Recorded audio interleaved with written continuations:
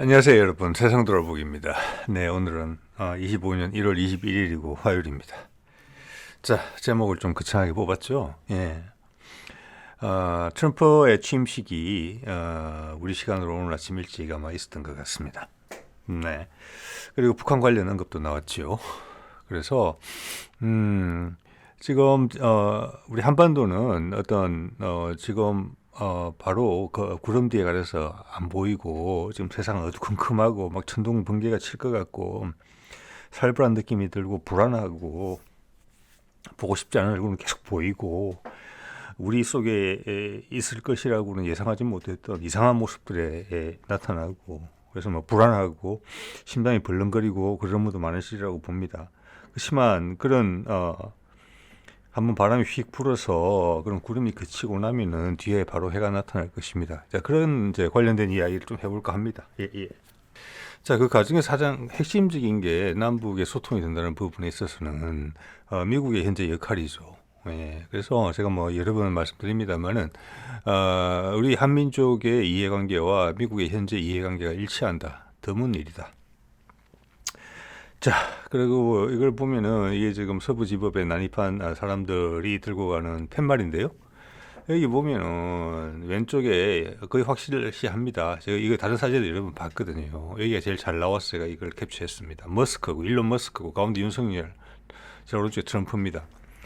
자, 이거를 보면은 어떤 생각이 들었냐면은 지금 오늘 뒤에 좀 말씀드리겠습니다만은 여러 가지 가짜 뉴스들이 막 창궐 하고 있잖아요. 거기에 기대서 사람들을 선동하고 있거든요.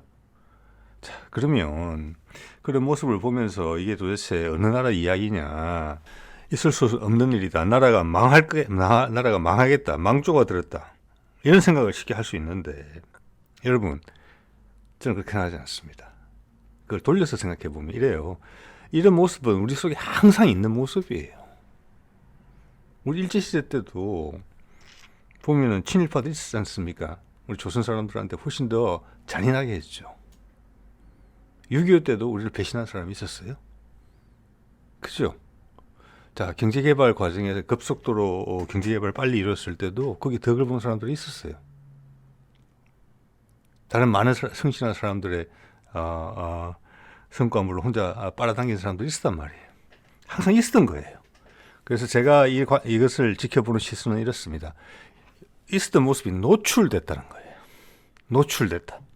그래서 그 역할을 윤석열이 해줬다. 그래서 제가 그런 표현을 가끔 쓰는 겁니다. 좀 더럽지만 되게 중요한 의미 있는 마중물이다, 윤석열은. 우리 한반도 역사를 진전시키는 데 있어서. 좀 더 과하게 이야기하면은 세계 역사를 진보시키는 데 있어가지고. 어차피 우리한테 있었던 모습이에요. 그게 노출된 거예요. 우리로 하여금 각성을 하게 돼요. 여러분이 지금 느끼는 불안, 공포, 자신감이 없어지는 그런 부분들, 국뽕이라는 느낌이 전혀 다 달아나는 느낌. 그게 예를 들면 6개월 전하고 지금하고 다를 게 뭐가 있습니까? 세상은 똑같았어요. 우리 속에 있는 사람들이 항상 있었어요. 그때는 나타나지 않았을 뿐이에요. 이게 나타났다는 것은 우리한테 기회가 왔다는 것을 의미하는 거예요. 우리가 다 느끼고 경각심을 가지잖아요. 그겁니다. 지금 상황에서는 그래서 고통이라는 말씀을 제가 드리는 거거든요. 이런 게 자꾸 나타나게 돼 있어요. 그게 순리입니다. 흐름이 진행이 될 때 큰 변화가 오려면 국민들 생각이 바뀌어야 돼요. 새로운 걸 수용할 수 있는 마음 자세가 돼 있어요. 짧게 봐서는 남북 간의 소통, 통일이고 크게 봐서는 세상이 새로운 단계로 넘어가는 모습. 그게 지금 트럼프도 새로운 미국을 향해서 가고 있는 거거든요. 정리해서 미국 국민들한테 이야기해 주지는 않지만 이때는 더 큰 사건을 경험하고 그걸 통해서 한층 더 성숙해지는 이 게임이에요. 거기서 물론 무너지는 사람들도 있어요. 무너지는 나라들도 있어요. 우리도 인생 살아봤지 않습니까? 그 고비를 못 넘기고 가는 사람들 많아요. 우리 집에서 어린애들 키워보면은 조금만 아파도 열이 확 올라서 적절하게 처치를 못 해주면 죽을 수 있어요. 그렇지만 그 고비를 지혜롭게 잘 넘기게 되면 적절한 처치를 통해서 다른 어떤 아이와도 다름없이 튼튼하고 건강하게 자라요. 그런 거거든요. 네, 오히려 그런 병치레를 해야지 더 건강해진다. 네, 예전에 우리 어른들이 그런 말 하는 사람들도 있었습니다. 과거에. 저는 거짓말이라고 생각 안 합니다. 그게. 콧물 훌쭉훌쭉 마시면은 아우 더럽다 풀어라 하는데 그거 좀 마셔도 괜찮다. 그래야 면역력이 길러지지. 틀린 말 아니라고 생각합니다. 네. 자, 그리고 이 사진이 보여주는 것은 뭐냐면은 지금 난폭해 보이는 이들 어디서 몰려 나왔는지 그 수많은 인파가 기대고 있는 그들의 생각의 근간이 뿌리가 되게 약하다 라는 걸 알 수 있어요. 즉 트럼프는 윤석열을 당연히 지지한다고 생각하고 있는 거죠. 미국은 윤석열을 지지한다고 생각하고 있는 거고 그게 그들의 마음속에 있는 가장 큰 기본이에요. 그래서 우리가 좀 국내에서 희한한 짓을 하는 것은 미국 몰래 수작을 부리는 거다. 미국이 손도 못 쓰게 하려고 이렇게 하는 거야. 손도 못 쓰게 하는 짧은 시간에 많은 것들을 왜곡시켜서 자기들 성과물을 얻어내려고 한다. 거기다가 한 걸음 더 나가서 트럼프가 북한하고 종전협정을 한다고 하면은 이 사람들은 전부 다 뒤집어지겠죠. 그만큼 이 사람들의 기반은 약해요.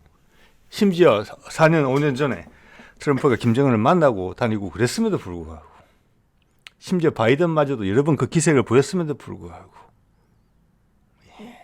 이제 다 나와주셨어요, 이분들이. 근데 세상에 이런 이제 좀 더 급박하게 진행될 것 같거든요. 그럼 이들의 뿌리는 순식간에 무너지게 될 거예요. 그 과정에서 우리 전체 국민은 각성을 하게 되고 새로운 시야를 더 폭넓은 시야를 가지게 될 것입니다. 예.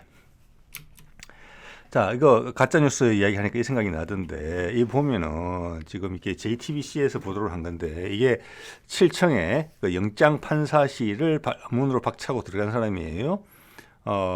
그 구속영장 윤석열한테 발부한 그 판사는 실은 아니에요. 그 영장 심사를 담당하는 그 판사의 방을 찾아왔다 해서 알고 왔다 뭐 이런 이야기가 있는 것인데 지금 일부에서 뭐라고 이야기를 했느냐면은 이 내용을 JTBC 기자가 올라가서 찍었거든요, 휴대폰으로. 그래서 JTBC가 특종으로 보도를 한 셈이 됐어요. 그러니까 일부에서 이 자가 이 폭력을 행사하는 자가 JTBC 기자다 이렇게 이야기를 한 거예요. 그 과정에서 이 사람이 역추적이 된 거예요. 저는 얼굴까지 나온 거 자세히 봤습니다. 다른 경로를 통해서 나온 거. 예, 유튜버 하는 사람이 맞고요. 일단 교회 전도사로 알려져 있어요. 자, 그 홈페이지, 채널 페이지도 보여줬기 때문에 제가 본 영상에서는 그 어떤 영상들이 있는지 볼 수 있었거든요. 전도사인지는 모르겠지만 개신교 내지는 전도사는 분명합니다. 홈페이지 내용을 봤을 때는. 네. 자, 이런 것들이 밝혀지고 조그마한 각성이라는 부분이라는 것이죠. 그리고 뭐 정광훈의 사랑제일교회인가 제일사랑교회인지 모르겠습니다만은 거기하고 연관성도 있을 수 있다는 이야기가 지금 나오고 있어요. 자, 이 사람은 현장에 체포된 사람 중에는 없는 것 같아요. 자, 이렇게 되는 겁니다. 자, 그리고 정광훈 이야기가 나와서 그 말씀 하나 더 드리고 싶어요. 아까 사람들이 일론 머스크하고 윤석열 그리고 트럼프 사진을 같이 들고 다니는 것처럼 삼위일체로 여기 보면 정광훈 목사도 성조기하고 태극기를 같이 들고 있어요. 그래서 지금 태극기 집회가 정광훈 목사가 주도한다, 정광훈이 주도한다 이렇게 볼 수 있어요. 거기서 태극기하고 성조기를 같이 나눠주고 있거든요. 그래서 이게 되게 취약하다는 겁니다. 미국은 지금 윤석열하고 한 배를 안 타고 있어요. 이미 버렸단 말이에요. 그런데 윤석열을 구하겠다는 사람들 이러고 다니고 있거든요. 성조기를 들고 미국이 도와줄 거다라는 거예요. 그래서 이러면 안심해라.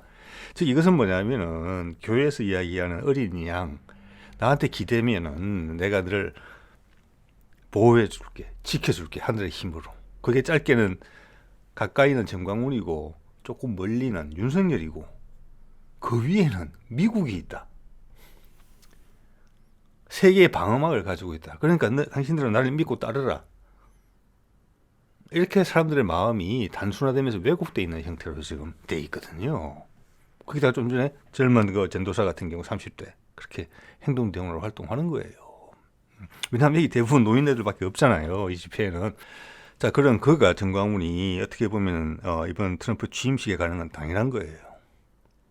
홍준표도 갔죠. 날씨가 추워서 호텔방에서 TV로 봤다 그래가지고 지금 뭐 여론이 좀 덜 끓고 있는 것 같은데 정광훈도 당연히 가는 거예요. 자, 그게 지금 이제 야외에서 날씨가 영하 6, 7도 돼서 야외에서 하려는 행사를 실내 행사로 옮기면서 수많은 참가자, 그 출입증을 가지고 초청장을 받은 그 수많은 몇만 명입니다. 갈 데가 없으니까 그 옆에 큰 실내 체육관 같은 게 있는 것 같아요. 그 2만 명 정도 수용이 되는데 거기 갔을 거예요. 지금 미국 쪽 방송을 보면은 트럼프한테 전화가 너무 많이 와요. 전 세계 지도자들한테서. 전 세계 한 뭐 200개 가까운 나라가 있지 않겠습니까? 전화가 너무 많이 오고 있어요. 각 나라 대통령이 전화를 하더라도 1분 이상 통화를 안 하고 있다고 합니다.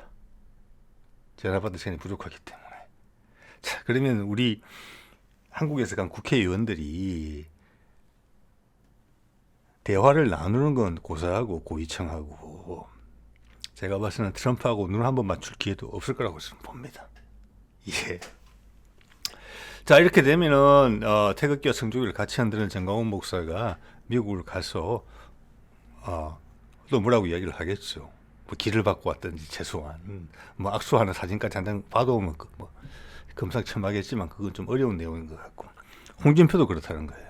즉 이들이 하는 방식은 비슷해요. 아마 윤상현과 나경원도 비슷한 생각으로 갔을 거예요. 우리 지지자층이 보고자 하는 그림은 내가 있고 우리 위에 국내에 건강하고 튼튼하고 믿음직한 윤석열이라는 지도자가 있고 그 위에 미국이 있다. 이것은 깨질 수 없는 삼위일체다. 근데 이미 깨지고 있거든요. 그래서 제가 기반이 너무너무 약하다 이런 말씀을 드리는 겁니다. 예. 자, 오늘 이런 말을 했어요. 네. 자, 이거 뭐 여러 가지 서류들을 사인하는 과정에서 누가 질문이 들어왔는데 이렇게 대답했습니다. 뭐라고 했느냐?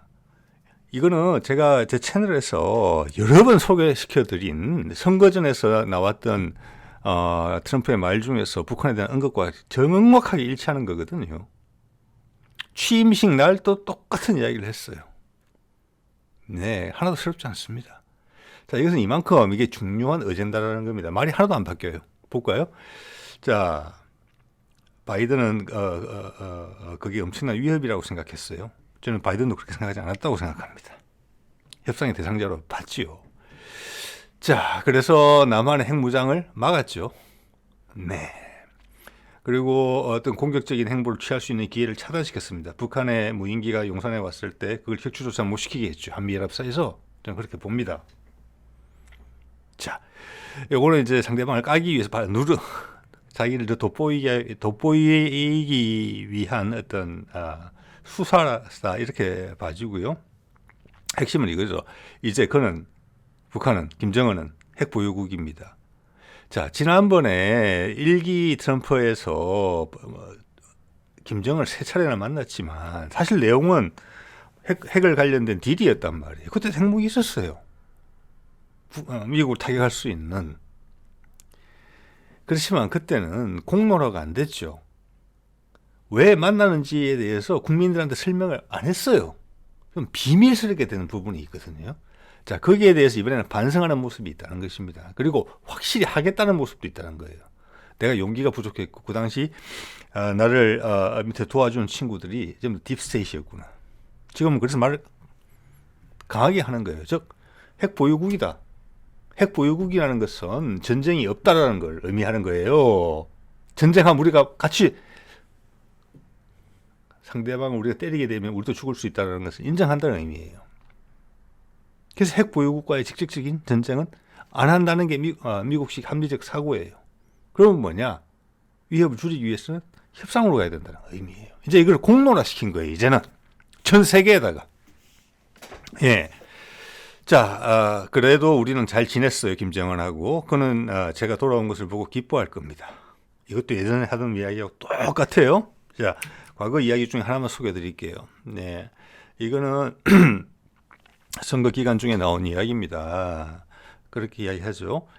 재집권하면 김정은 위원장과 잘 지낼 것입니다. 그도 내가 보고 싶을 것이고 나를 그리워할 것입니다. 똑같은 말이지 않습니까?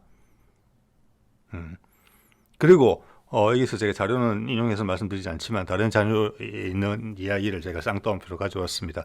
핵무기 많이 가진 사람과는 친하게 지내야지. 이게 핵보유국 인정으로 이번에 나타난 거예요. 자, 이렇게 꾸준히 굳건하게 이야기하고 있는데 우리는 트럼프에 대해서 다른 많은 보도를 하면서 이 이야기는 절대 하지 않아요. 금기시됐다는 게 확실합니다. 오늘 MBC가 몇 가지 정리를 잘한 보도를 했어요. 기자들도 알고 있어요. 트럼프가 등장, 한반도에 변화가 있을 수 있다는 거. 그렇지만 소위 공영방송이라는 데서 이걸 말을 못하는 거예요. 두려운 게 있겠죠. 저 같은 개인 유튜버들은 이야기할 수 있는 거예요. 근데 개인 유튜브도 뭐 이야기하는 사람이 있는지는 모르겠습니다. 어쨌거나 오늘 MBC가 어느 정도 정리를 해서 보여준 것은 상당히 진상적인 모습이었다. 처음 봤습니다. 그런 것은. 자, 매우 강하고 꾸준히 이야기하고 있어요. 도수를 조금씩 높여가면서 푸틴과 만난다는 이야기하고 더불어서 우크라이나 전쟁은 종전하지 않으면 세계 전쟁이 될 수 있다. 계속 경고하죠. 그리고 푸틴과 만난다. 이렇게 돼가고 있는 것입니다. 지금 밑으로는 이야기가 되고 있다고 봅니다. 예, 그런데 지금 뭐 그를 보기 위해서 저 멀리서 날라온 한국의 지방 도시의 대구라는 곳에 시장이 눈에 들어오겠습니까? 한국에 300명이나 되는 국회의원 중에 6명이 왔는데 그걸 눈에 들어오겠습니까? 자, 지금 이런 것은 차근차근 구체적으로 이루어지고 있죠. 마르코 루비오 국무장관 후보자, 여기도 아마 청문회 때 이런 말을 했던 것 같아요.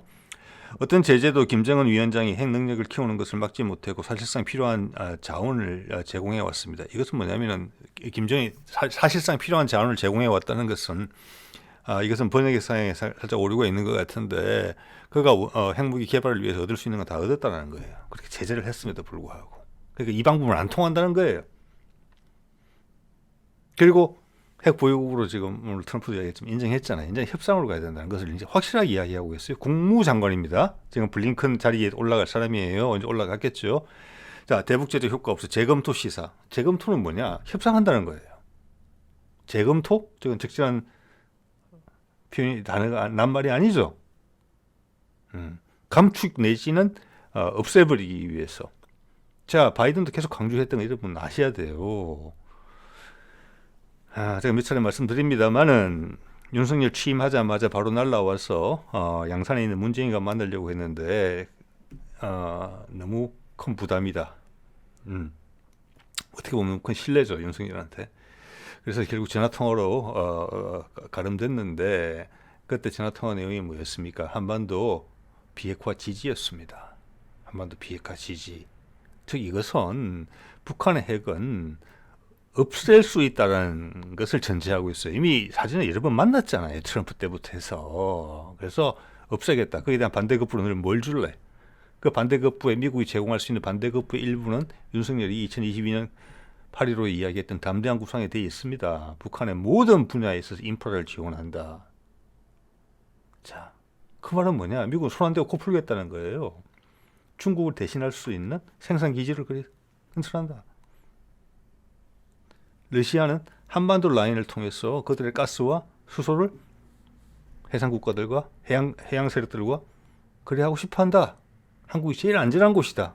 중국은 못 믿는다. 뭐 중국에 파는 건 되죠. 그렇지만 중국에 100% 기대지는 않겠다. 자, 인천공항에 있는 영종도에서 강화도를 연결하는 지금 다리가 다 됐어요. 그 다음 이제 공군은 강화도를 남북으로 종단하는 도로를 만드는 거예요. 그다음 그래서 한강 하구에까지 도착해요. 그러면 남북 교류가 활성화되면 한강 하구를 통해서 북한으로 건너가겠다는 거예요. 즉 그 황해도 분야 지역에 제2의 개성공단, 제3의 개성공단 이런 것들이 들어설 수 있다. 자, 이미 여러 정부에 걸쳐서 그걸 준비를 해온 거예요. 그럼 인천공항을 통해서 해외 인력들이 바로 들어올 수 있어요? 정주 공간은 예를 들어서 강화도나 청라에 살면 돼요. 북한의 생활 수준이 안 맞으니까. 출퇴근하면 돼요. 아마 도로만 되면 30-40분이면 30-40분도 안 걸릴 거예요. 그래서 제가 예전에 그런 의견 들은 적이 있습니다. 한강하구를 어떻게 지나갈까? 다리로 올까? 저는 아니라고 생각합니다. 지금 제2 서울 외곽순환도로에 김포에서 아마 파주? 여기 건너가는 부분이 있어요. 하루에. 거기는 도로로는 최초로 지하로 터널을 뚫고 있어요. 아주 큰 그 터널 뚫는 기계 있죠. 두두지 같이 생긴 거. 자, 그거를 하나를 해서 큰 걸 만들었거든요. 양쪽이 2차선, 2차선씩이에요. 큰 동굴을 2개 뚫고 있어요. 자, 그거 국산으로 만든 것 같거든요. 많은 부분을. 그러면 그거 지금 하나 만들려고 그렇게 수요가 얼마나 많이 있겠습니까? 수지가 안 맞을 수 있어요. 그렇지만 투자를 해서 그렇게 한 거예요. 왜? 안전하고 향후 그렇게 많이 하고 할 거니까 계획이 있다는 거예요. 써먹을 때가 그거를 가까운 데서 멀리 안 가고 저는 그렇게 이해를 하거든요. 그래서 강화도 북단에서 강화도 뭐 종단 도로 만드는 거는 금방 할 것이고 강화도 북단에서 황해도로 넘어가는 부분은 지하로 갈 가능성이 크다. 물 밑으로. 지금 한강 하구에서 하저로 터널을 뚫고 있는 그 기계는 바로 조금만 더 하류로 이동해서 하면 되는 거니까요. 그 외에 남북간을 연결할 수 있는 많은 도로를 그런 식으로 건설하겠다. 물을 건너가는 경우에는 자, 남북이 소통이 되게 되면 한강 하류는 지금 손대지 않은 곳이에요. 거기다 다리를 짓는 것보다는 안 보이게 하저로 가는 게 훨씬 더 의미 있는 일이라고 봅니다. 예, 어쨌거나 예, 그런 부분들 나라만의 인프라, 전기, 인천공항, 또 인천항, 뭐 철도, 도로, 전기 같은 거는 아주 짧은 기간만 들이더라도 접경 지역에 바로 공급하는 데는 아무 지장이 없다는 거예요. 세계랑 바로 연결되는 거예요. 건전지 딱 끼우는 것처럼. 스위치키면 탁 바로 가동할 수 있게. 그게 기본 틀이라고 생각하고 러시아의 천연자원들이 한반도를 통해서 온다. 한반도를 통해서 해양 세력에 팔고 싶어 한다. 러시아는 연해주 사할린에 본격적인 개발을 하게 되고 거기 있는 천연자원들이 팔로를 찾게 된다. 그 모든 것을 중국을 통해서 세계로 수출하고 싶지는 않다. 그것은 러시아의 진단이자 판단입니다. 이런 부분에 있어서 지금은 분단돼 있고 양쪽에 지금 긴장 관계가 엄청나게 지금 올라가 있는 심지어 지금 친위 쿠데타까지 발생한 이 한국이 중국보다 훨씬 더 안정적인 미래의 소통로가 될 거라고 러시아가 판단한다는 것입니다. 일본은 당연히 아니겠죠. 왜? 바다를 건너간다는 부담도 있지만 무엇보다도 자연재해가 가로막고 있는 것입니다.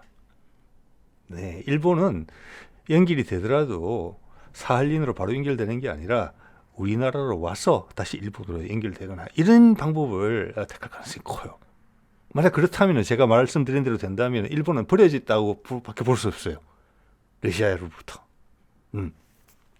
아니면 배에 싣고 사가든지 가까우니까. 예. 자, 그런 것들이 진행이 되면 짧은 기간에 북한은 급격하게 생산 기지화가 될 겁니다. 지금 군대에 오래 묶여 있는 사람들이 많잖아요. 북한 같은 경우는. 자, 그런 문제가 있고 또 남한의 경우는 지금 여러분도 잘 아시겠지만 심지어 지금 부산이라는 우리나라 제2의 도시도 인구가 지금 위축되고 있어요. 젊은 층이 급격히 줄어들고 있어요. 자, 그래서 이것은 또 고령자들은 오래 살고 있어요. 사회 부담이죠. 생산 능력은 없는데 지출할 때는 많아지는 거예요. 그럼 그 차이를 계속 경제를 유지시키려면은 그 부족한 인력들이 전부 다 해외에서 와야 돼요. 이민을 활짝 여는 수밖에 없어요. 그런데 우리는 남북 교류라는 마지막 기회가 하나 남아있는 거예요. 북한 같은 경우는 우리보다 젊은 인구가 많습니다. 그렇다고 해서 뭐 피라미드형처럼 우리 옛날에 베이비붐, 우리 여러분이나 저 같은 지금 50대들, 40대들, 50대들 애기들 많이 태어나던 시절에 그 정도는 아니에요. 북한도. 그렇지만 우리보다 훨씬 젊습니다. 예. 자, 그런 것도 엄청나게 중요한 내용이에요. 예, 우리는 빠져나갈 구석이 있어요. 인구 고령화 부분에 있어서도. 예, 이민 없이. 활기가 충진될 수 있다는 거예요. 그런 식으로. 그러면은 뭐 투자 같은 거 좋아하시는 분들도 생각해 보세요. 그러면 전체적으로 활기가 도는 거예요. 예, 생기가 돌겠죠. 나라 전체에. 전쟁 없이 남북 교류가 그렇게 된다면. 그 문턱에 와 있다는 말씀을 제가 드리는 거예요. 윤석열이 지금 큰일을 해주고 있는 거예요. 자, 이것은 제가 며칠 전에 소개해드렸던 내용이죠. 국방장관 후보자도 북한 핵보유국 이야기를 했어요. 자, 그래서 이제는 국방장관도 이야기하고 국방장관, 국무장관 둘이 다 이야기하고 대통령까지 확인해 준 거잖아요. 갈수록 구체화되고 있어요. 한번 말했다가 말 돌리고 이런 게 없단 말이에요, 지금. 이거는 확실히 북한과 이야기한다는 거예요. 우선순위를 가지고. 그리고 더 이상 북한을 뭐 테러국이니 뭐 이런 소리 하지 말라고 지금 트럼프가 이야기하는 거예요. 난 김정은 좋아하고 걔 괜찮아. 이렇게 이야기했거든요. 쓸만한 아이디어가 많더라고. 그리고 무엇보다도 핵무기 있는데 우리가 함부로 뭐 할 수가 없잖아 이제. 그래, 이렇게 된 거예요. 이때까지는 비공식적으로 인정해왔던 북한의 핵 보유를 이제 공식적으로 인정해주고 북한 핵 보유국이다. 즉 미국이 힘으로서 제압할 수 있는 나라가 아니다. 협상을 해야 된다. 여기에 트럼프의 보관이 있는 것입니다. 미국 경제를 되살리는데 관세 올려갖고 되는 게 아니고, 예, 그는 대중적으로 마사지하는 멘트에 불과한 것입니다. 예. 자, 그리고 이거 한번 보세요. 이게 참 의미가 있거든요. 이건 뭐냐면은 커터 캠벨이라고 미 국무부 부장관이 있어요. 아시아 정책을 담당하는 사람이고 트럼프 정부에도 계속 있지 않을까 싶습니다. 한국에 대해서 제일 많이 아는 사람이에요. 한국 사람 같은 느낌이 들 정도예요. 그의 말을 들어보면. 그가 지난 6월에 작년 6월이죠. 북한하고 러시아가 상호 방위 조약을 맺었을 때 한 말입니다. 이게 북러 조약 여파를 분석 중이다. 중국도 불안 느낄 것. 예, 이 사람은 맥을 알고 있는 거예요. 예, 즉 러시아가 중국을 반란했다. 이 말은 그러면서 지금 트럼프가 북한 핵 보유국 인정이죠. 친하게 잘 지낸다고 하죠. 서로 보고 싶다고 하죠. 왜? 트럼프가 보고 싶다는 겁니다. 만나고 싶고 빨리 뭔가를 해내고 싶다는 거예요. 김정은하고 만나가지고. 그 전체가 강한 압박으로 왔기 때문에 윤석열이 준비도 채 갖추지 않은 비상계엄령을 선포해버린 겁니다. 예. 자, 커트 캠벨은 알고 있어요. 즉 미국은 알고 있어요. 아, 북한이 중국의 영향을 안 받는구나. 러시아가 큰일을 해줬구나 거기서. 우리가 종전선언을 하게 되면은 북한이 혼자 목줄 풀린 것처럼 막 돌아다니는 게 아니고 우리 편에 서줄 수 있겠구나. 여러 가지 측면에서 대중국 견제, 군사적 견제, 경제 투자 그리고 유라시아 철도가 연결되고 러시아가 연해주가 개발되는 과정에 미국이 큰 발을 담글 수 있겠구나. 미국의 자본이. 그리고 한반도를 비핵화한다는 그 성과. 전쟁 위주가 아니라 전쟁 위주의 패권이 아니라 이제는 평화의 선봉장으로서 새로운 세상을 연다. 예, 이렇게 미국의 색깔 변화 이런 것까지 동시에 다 노리는 거죠. 그렇게 되면은 중국을 상당히 공격할 수 있는 그런 포지션이 된다고 봅니다. 미국의 그런 혜택은 중국에 있어서는 어떻게 보면은 내부 체계에 대한 불만이 폭발할 수 있는 계기가 될 수 있어요. 바로 옆 나라 그 원조 전쟁을 했던 수많은 중공군 병사들이 사망을 하면서 지원을 했던 그 북한에 대한 영향력을 완전히 상실하면서 오히려 되치기를 당한다. 그것을 중국 사람들이 모르겠습니까? 중국 상층부가 모르겠습니까? 그리고 피부로 다가오는 이런 압박을 느끼게 될 거예요.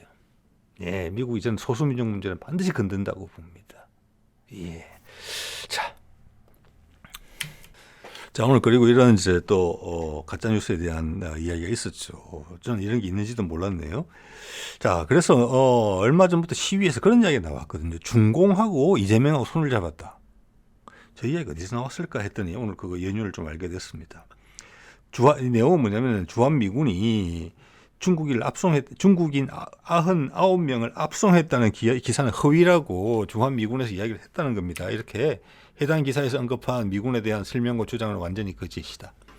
이 해당 기사가 뭐냐 하면은 지난번에 수원에 있는 중앙선관위 연수원에 들어갔을 때 그때 연수를 받는 사람들하고 해서 뭐 90명 정도 있었다고 해요. 거기 안에 들어가지도 않았어요. 계엄군이. 거기에 중국인 해커가 99명이 있었는데 그들을 잡았다는 거고 미군이 그들을 잡아서 미국 쪽으로 어디 다른 기지로 압송을 했다는 거예요. 그래서 이게 뭐가 연결되느냐 하면은 그래서 중공하고 이재명하고 손을 잡았다 이런 이야기가 지금 나오는 거고 그게 또 부정선거 중국인 해커들 데리고 와서 부정선거를 했다는 것으로 이어지고 있는 거예요. 예, 거기에 대해서는 자른 거예요. 이렇게. 보니까 이 이야기가 지금 JTBC 같은 경우는 이 이야기 출처가 처음으로 어디서 나왔는고 하니 여기 신인교회 국방TV에서 보도하는 과정에서 댓글들을 소개하는데 그 중국인들이 많이 관여되어 있는 것 같다. 성관이 연수원 감금 관련 보도 이렇게 하면서 이게 전파가 되면서 살이 붙고 왜곡되면서 결국은 주한미군이 거기에 대해서 강력한 부인을 할 정도로까지 발전을 했다는 거예요. 자, 이런 가짜 뉴스들을 생산하고 이런 세력들이 있었다는 걸 이제 우리도 다 아는 거잖아요. 그래서 아까 똑같은 말씀이에요. 그래서 6개월 전에도 있었어요. 똑같은 사람들이. 이제 그들이 다 제 발로 손을 들고 다 나왔잖아요. 바깥으로. 연휴까지 추적이 될 정도로 아주 자연스럽게. 이게 우리가 각성하고 있다는 것입니다. 예, 이게서 우리가 다시 한번 아내를 뭐라고 하면 대청소를 한번 하는 거예요. 스스로. 봄맞이 대청소. 네. 자, 그리고 중국하고의 관계에 있어서 중국이 민주당 옛날 문재인을 비난할 때도 노무현 때는 그런 얘기가 없었는데 중국이 미국하고 본격적으로 패권 경쟁을 하기 시작하면서 우리는 미국 편이고 미국이 싫어하는 민주당 계열은 중국하고 손을 잡았다. 이것도 이런 식으로 출발했을 거예요. 아마 어디선가는. 자, 그런 게 이제 강해지기 시작했는데 제가 살펴보기에는 거꾸로거든요. 국민의힘 계열이 중국하고도 친하게 지내려고 그랬어요. 특히 박근혜 그리고 윤석열. 자, 그것은 그 뒤에 영향력을 미치는 세력의 특성과 상관이 있다고 봅니다. 즉 박근혜 때는 최순실 뒤에 그도 뭐 약간 무속 쪽에 관련된 사람으로 좀 알려지고 있죠. 그리고 윤석열 뒤에 있는 뭐 천공이나 뭐 건진 비슷한 류예요. 즉 이 사람들 생각하는 것은 이 패권 경쟁에서 결과적으로는 중국이 이긴다고 보고 있어요. 제가 보기에는 중국이 이기고 중국은 아시아의 종주국이기 때문에 우리는 미국이라는 어버이를 중국이라는 어버이로 갈아타야 된다. 이런 희한한 생각을 하고 있다고 봅니다. 감히. 예.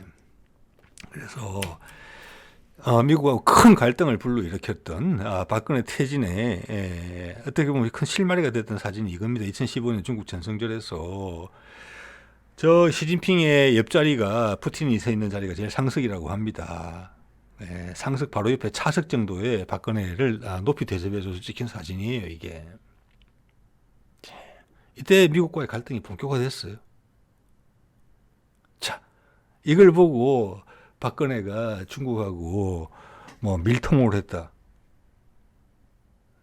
또는 정윤회가 박근혜 가까이 있으면서 중국에 간첩 들어가 밀통했다. 이런 이야기를 왜 나오지 않았을까요? 실제로 그렇게 행보를 했고 미국을 버리고 푸틴과 시진핑한테 나를 의탁하겠다는 자세를 강하게 보냈기 때문에 미국이 그때 확 돌아버리려고 했던 거잖아요. 저는 그게 박근혜 탄핵으로 이어졌다고 보거든요. 네. 자, 이런 모습이 있었고. 그 다음, 2022년 8월 8일에서 8월 10일 동안 당시 외교장관 박진희 중국에 출장을 가는데 이때가 언제냐.